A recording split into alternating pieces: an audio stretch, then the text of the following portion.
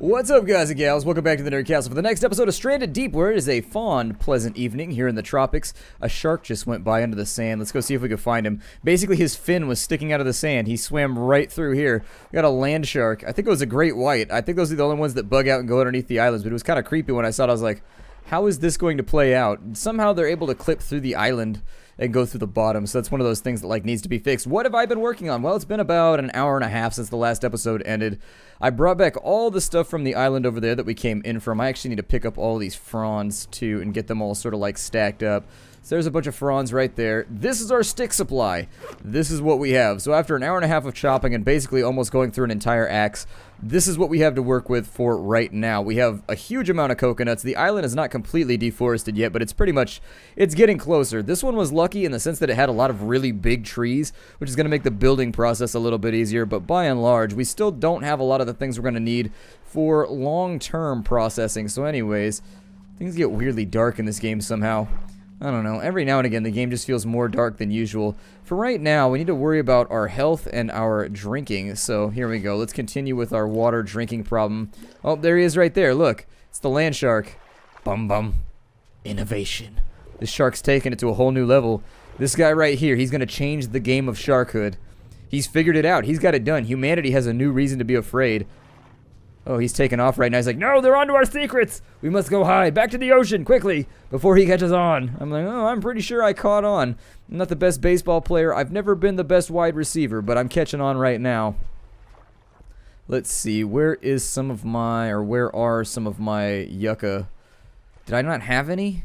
No, there they are. I was going to say, I know I have lashing around here somewhere. I was going to say, I know there's lashing that exists somewhere in my weird little connection, or my weird little collection over on this side. Get my little mermaid on right now. Got like my huge collection of random man-made stuff. So the first thing we need to do is we need to make a cook fire. So in this episode, I actually sort of set this up in the hopes that it would be our crafting episode where we go through and we build some of our home base stuff. Obviously, now that we know that we've got land sharks, we probably want to get up and off the ground because that seems a little harrowing. I'll worry about collecting all the coconuts and things later, but for right now, let's take a quick spin around the island with our machete and see if we can get ourselves... Oh, he's right there. Hey. You can actually stand on him too. Did you see that right there where it lifted me up in the air? He's trying to steal our engine. He's like, man's great power of the engine will be mine.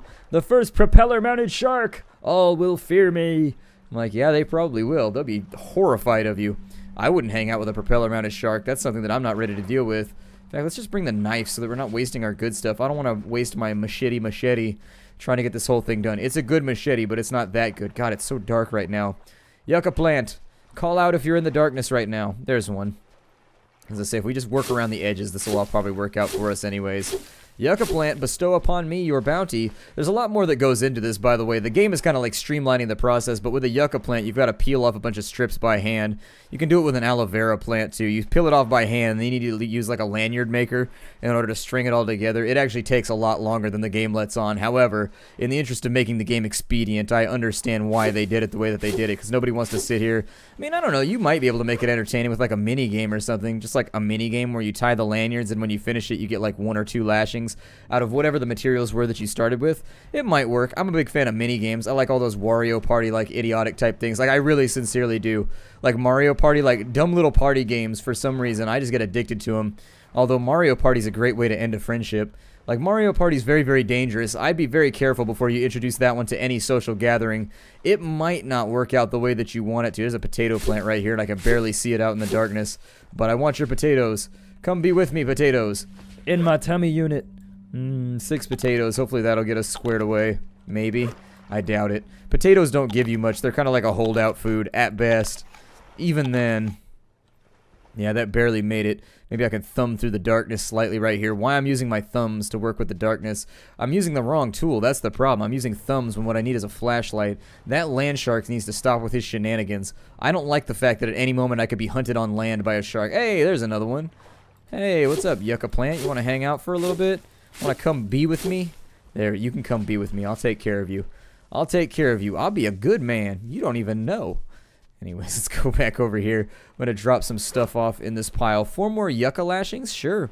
Absolutely. The first thing we need is a campfire. So I think that's where I'm going to start over here.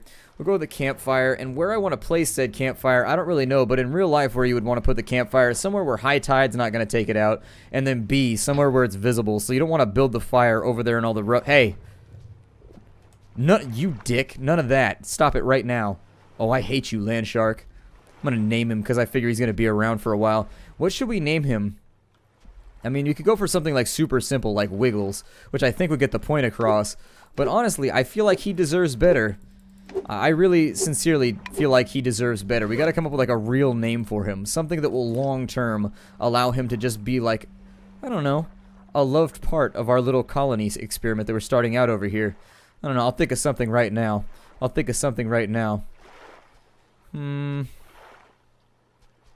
call him Finnigan. There we go. His name's Finnigan. Finnigan the land shark, because it incorporates fins, and I think that that's pretty happy. When I was growing up, my best friend, his entire family were Finnish, and one thing that I learned from that experience is that Finnish people are the most, like, hardcore people ever. So, for example, I have reasons to back this up for right now. His family, very warm, very inviting. His family, very, very nice people. Until you crossed, like, certain lines, and then once those lines were crossed, it was like all to war, like the Russians were invading again. And so the other thing is that I'm pretty sure the Finnish people are unaffected by the cold. Like, I think genetically they are incapable of hypothermia. Because I used to go fishing with these guys. They're actually, my best friend was a second-generation Finnish immigrant. His parents came over from Finland. Oh, look, Finnigan got out of the island. Aw, Finnigan, you're learning. Nice job, buddy. Nice job. Can I hang out with you? Please don't bite me through the soil. Alright, anyways.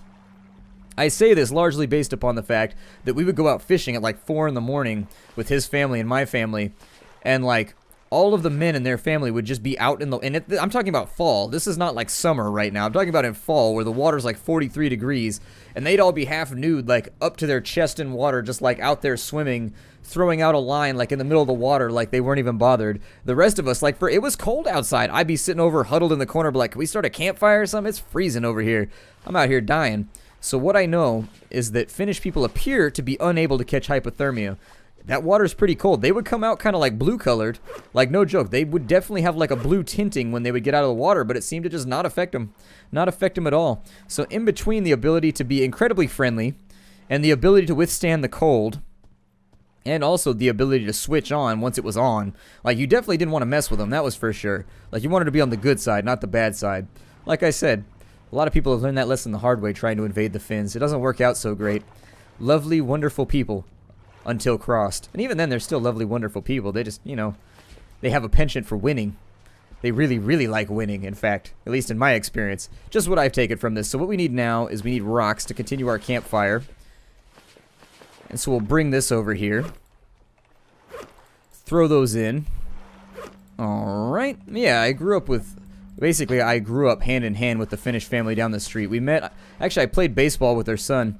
That's what it was. All the members of their family were named after, like, Finnish heroes and, like, generals and stuff. Like, every single one of them. They had names like Timur and Murad and things like that. Like, things that you don't typically see too often in the United States as far as names.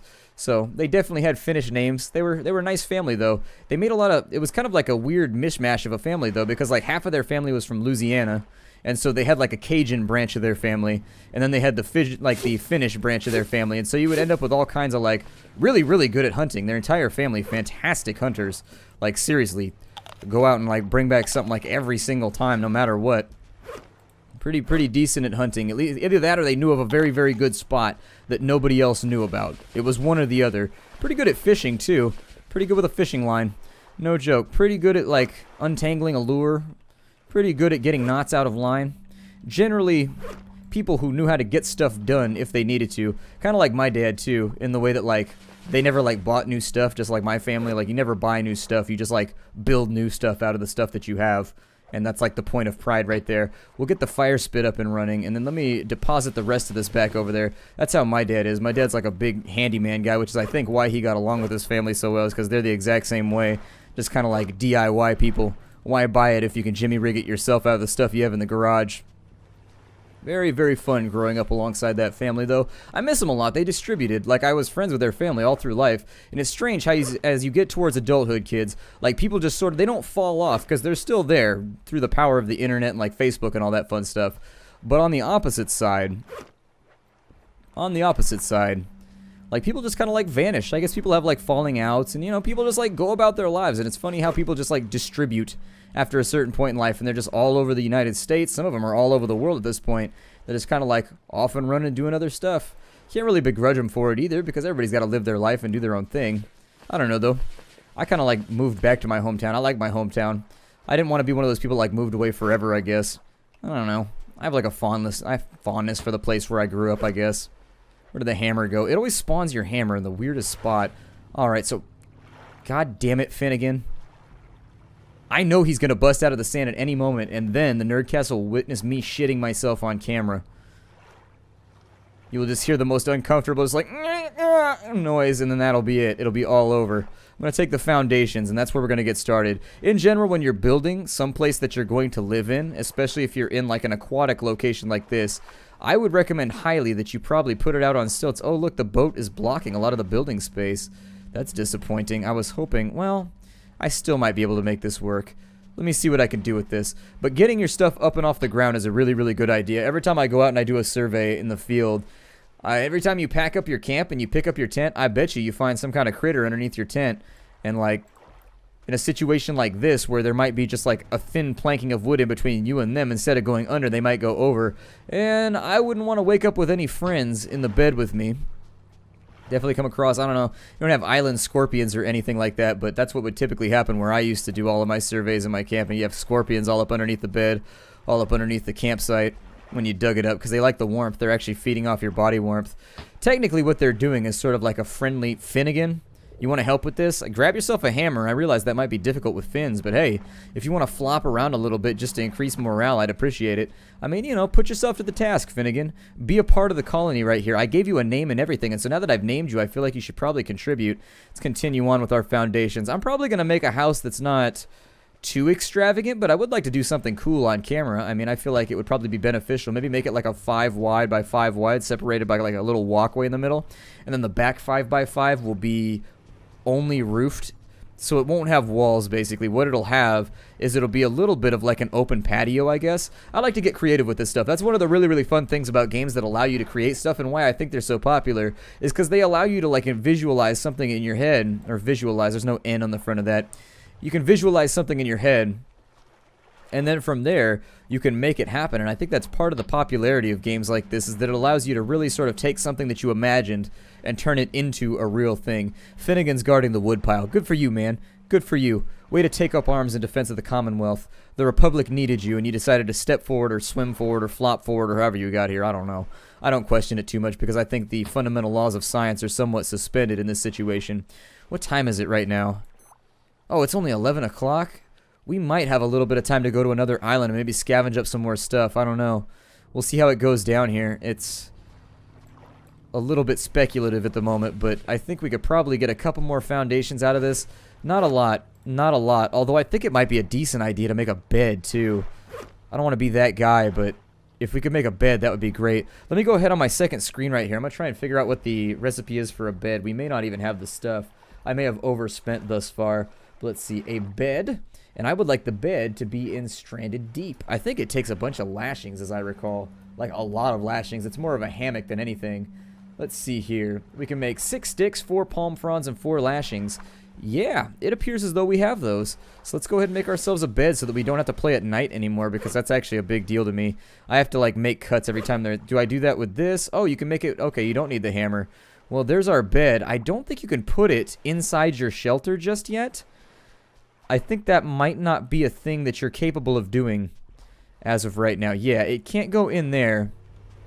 So where I'll leave it instead is next to the campfire. It's the next best thing. You see how he lifted it up on the ground, up off the ground right there? Like I said, that goes back into survivalism. You really, really don't want the thing that you're sleeping on the ground, because things will get up inside of it. They're attracted to your body heat. It's not necessarily that they wish you any sort of like real thought out ill will, or they have no ulterior motive other than staying warm. But animals in nature, when they can find a source of warmth that they can consistently come back to, they exploit it for as long as they can. I mean, I could tell the story about when I used to go out on surveys. We would start a big bonfire just so we could get stuff done. And so you could, like, map at night. You would have enough, like, light being thrown around that you could continue to work even though it was dark out. Some people would have shoulder flashlights and stuff like that, but a lot of us did it by campfire light because, you know, I think geologists we have a connection to like the geologists of the past, and we like to like relive the way that other geologists did that stuff. Like really, we do. Like people that started out doing this stuff in the 1800s, these various tasks that we now do in the modern era, they didn't necessarily like have the tools that we have nowadays. I mean, we have a lot of electrical tools, we have a lot of things that are helpful, but every now and again it's nice to do things just by instinct, or just kind of do it in the way that people used to, just to let yourself know that you could do it if you had to. It's a waste of an axe for me to do this, so don't use the axe like I'm using it right now. I'm doing dumb stuff because I'm talking and I'm getting all into geology and things like that. I mean, honestly, the fire is a big attractor, and that was the original story that I was talking about. We would make our bonfire and lickety-split, like, really, really rapidly. You'd notice shapes in the darkness moving around. Little shapes, like the size of a baseball. Not like a big shape, but they're rats. They're rats running around in the darkness that are attracted to the flame that you've created because it's warm, and it's an easy source. Like, animals are cold, just like we're cold. Sometimes, if you had food, too, the rats would run up. We didn't bother them, so they didn't really bother us. I mean, we didn't want them to be around and, like, biting people or anything, but our tents were all closed off and all that stuff, so they would come down to the fire, and you kind of like throw food out there. They'd run up and grab it and run off into the darkness with it. They'd come all the way up to the fire sometimes if you didn't notice them. I mean, I've had mice, little like, I guess, desert field mice sitting next to just like 2 or 3 feet away from my foot, and they just sit there in front of the fire just trying to get warm before you notice them, and then they take off again. Kind of an interesting thing. Just kind of like make you feel, I don't know, like you have something in common with the critters that are right there. How come the option to make a spear is not ready to go right here? Does it take 2 sticks? It might take 2 sticks. Yep, takes 2 sticks. There it is. So got ourselves a spear too. So now that we got a campfire, we can feed ourselves. I think it might not be such a terrible idea. What time is it right now? It's 1 o'clock. Well, I don't see anything else out over there. I see no bubbles except for like right there. That looks like it might be. No, it's not.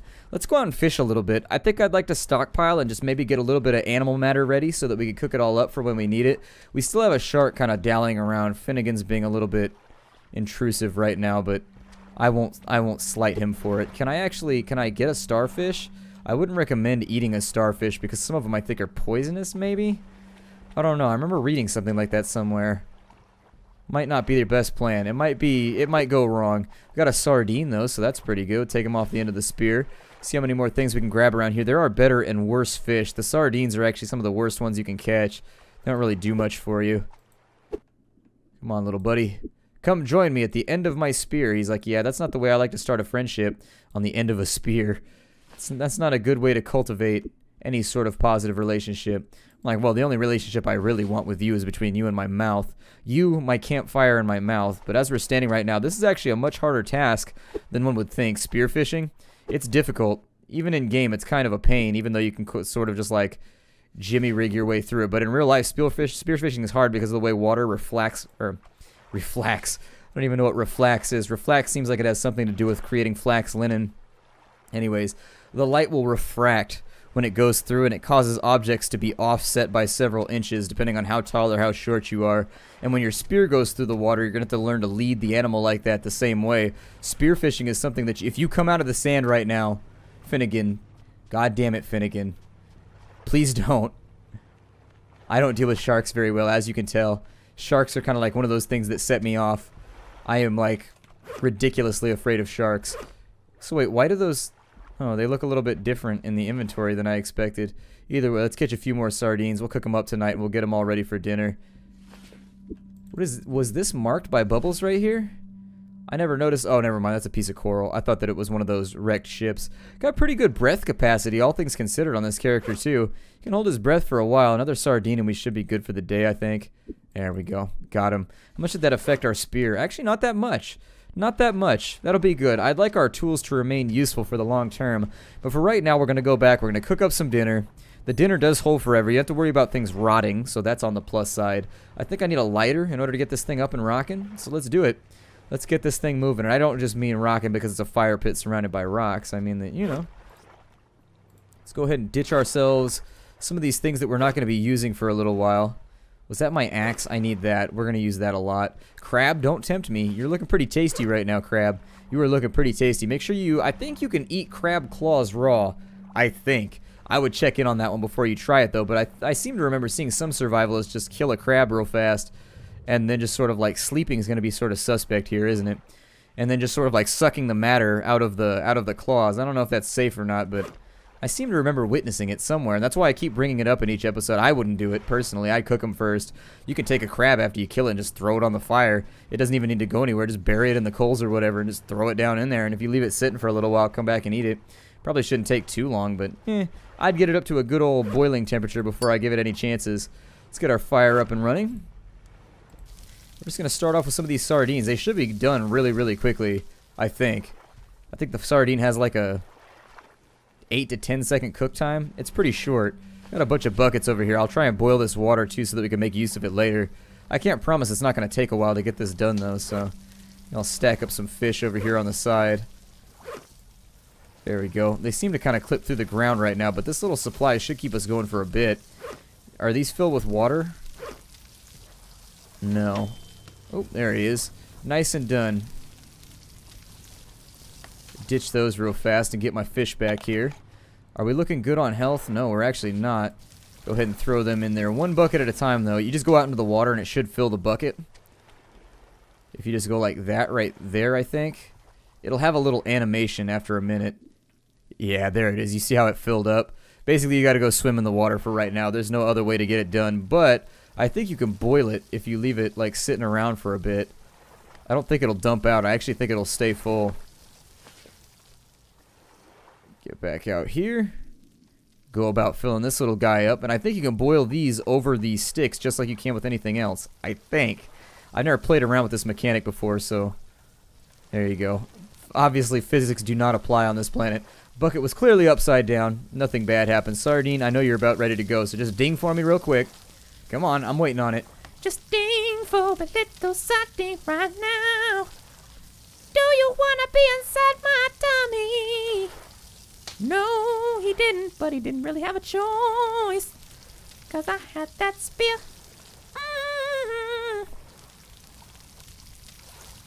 Huh. Sardine is taking a while. An insultingly long amount of time. Alright, well, into the water. Let's refill this last bucket, and I'd like to test this out before we end the episode too. I mean, we're almost out of daylight. We've got our camp fairly well set up. We're looking good for right now, and I'm really excited about what the future might hold. Next up on the list of things that we're probably going to want to go after as aggressively as possible, just looting ships. And I know that means a lot of cuts on my end, but if I can streamline the process and just like hit each of these islands and we can finish the engine, I think it'll save us a bunch of time going in between islands. I don't even know if the engine is implemented right now or if it's just the parts in the game. Why is that taking so long? Huh. It must have not dinged. That's all that I can think, is that it may have not. This seems really inefficient. I think I'm losing hunger faster than I'm actually like finishing sardines. I may stick with crabs for right now. May stick with crabs. Yeah, you can boil the water right there. That'll probably take a while though. Boiling a bucket of water will take you a little bit of doing. I would actually do it differently. Instead of just using this to hang in the middle of the water, I'd arrange the fire kind of in a circle, and then I would sit all the buckets in the center. This also raises the question, I guess we could do it with a spear, but anyways, that little metal pail handle right there is going to be real hot. I guess you'd pick it up with a spear if you had to. And what is this right here? A bucket of fresh water. Hell yeah, okay. That'll be good for later on. Just stack that up by the bed right now. Yep, I like to get drinks in the middle of the night, just like anybody else. So I think this is where I'm going to break off the episode. My name is Splattercat. Thank you for joining me here at the Nerd Castle for the next episode of Stranded Deep. I hope you're still enjoying the series. I'm honestly having a blast playing this game with all of you. It does have its bugs. I have like had to end playthroughs and kill episodes because we got stuck in walls and stuff like that. But I really, really do like this game, and I have high hopes for it in the future. And that's not just because I smoked a blunt before I came here. I will see you all later. Take care, everybody, and hi-do.